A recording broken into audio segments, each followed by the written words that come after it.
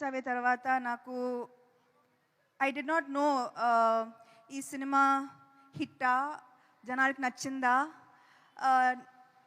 Did you like మీ, నాకు ఏమీ తెలీదు. కానీ ఒకరోజు వైజాగ్ వచ్చాను. I don't know if it was some kind of a mall opening. And అప్పుడు then I saw true love. Airport నుంచి ఓపెనింగ్ దాకా I felt true love, and I feel a very strong connection with Vizag. So thank you so much.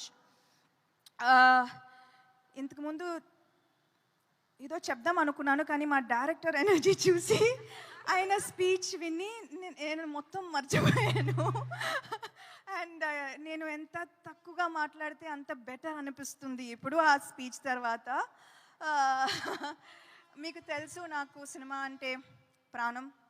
ఒక నటిగా, ఒక ప్రొడ్యూసర్గా ఇదే నా అస్తిత్వం. కొత్త ఆలోచనలతో అందరినీ ఆకట్టుకునే కథలు చెప్పాలి. ఆ కథలు చెప్పే